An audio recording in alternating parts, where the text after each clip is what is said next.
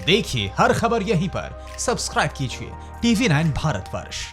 भारत के युवाओं को, या अगर मैं ये कहूं कि भारत के डेमोग्राफिक डिविडेंड के साथ को निराश भी किया है और उनके साथ अन्याय भी किया है, तो ये सही होगा। क्योंकि एक NSUI के साथी ने 2 लाइन में मुझे कहा कि मानवीय विकास, ज्ञान प्राप्ति, क्रिटिकल थिंकिंग का लक्ष्य दरकिनार, क्योंकि अब की बार है मोदी सरकार। राष्ट्रीय शिक्षा नीति जिसका उद्देश्य स्कूली शिक्षा और उच्च शिक्षा में परिवर्तनकारी सुधार लाना होना चाहिए, वो केवल शब्दों के जाल, चमक दमक, दिखावे और आडंबर तक सीमित रही। इस नीति में ना तो कोई तर्क संगत कार्य योजना या रणनीति है, ना स्पष्ट रूप से परिभाषित लक्ष्य है, और ना ही इस भव्य सपने के क्रियान्वयन के लिए कोई सोच, दृष्टि, रास्ता या आर्थिक संसाधनों का इंतजाम है। कुछ पहलू मैं हिंदी में आपके समक्ष रखूंगा। पहला,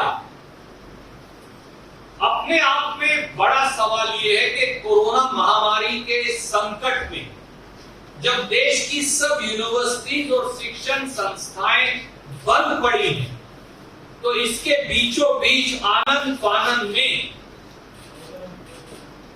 6 साल तक जो मामला विचाराधीन रहा, उस शिक्षा नीति 2020 को आनंद फानन में लागू करने की क्या जरूरत थी? वो भी तब जब RSS और भाजपा से संबंधित संगठनों और समूहों के अलावा देश के शिक्षाविदों, देश के शैक्षणिक समुदाय ने आगे बढ़कर विरोध जताया है कि उनसे कोई परामर्श, विचार विमर्श या पारदर्शिता इसकी चर्चा में की ही नहीं हुई।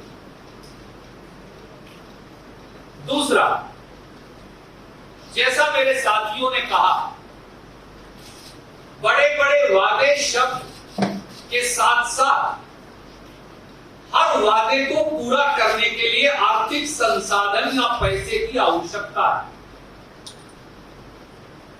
परंतु पैसा कहां है?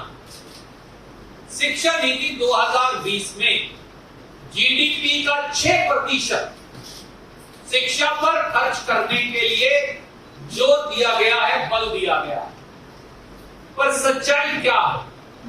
2014-15 में जब कांग्रेस की सरकार गई, तो कुल बजट का प्रतिशत के आधार पर शिक्षा बजट पर खर्च था 4.14%। ये 2020-21 के बजट में गिरकर कम होकर 3.2% हो गया, और इस साल 40% कोरोना के चलते पैसे के अभाव में कट और लगेगा, यानी ये लगभग कुल बजट का 2% रह जाएगा। तो जब आप शिक्षा के बजट के लिए कुल बजट का 2% पैसा भी नहीं दे रहे मोदी जी, तो GDP का 6% कौन सी सदी में जाकर खर्च करेंगे? और अगर नहीं, तो ये पूरी शिक्षा नीति जो आपके सामने है, ये केवल और केवल एक कागज का पुलिंदा बनकर रह जाएगी। तीसरी बात, अड़ी सोमवार से शुक्रवार शाम 6 बजे सिर्फ TV9 भारतवर्ष पर।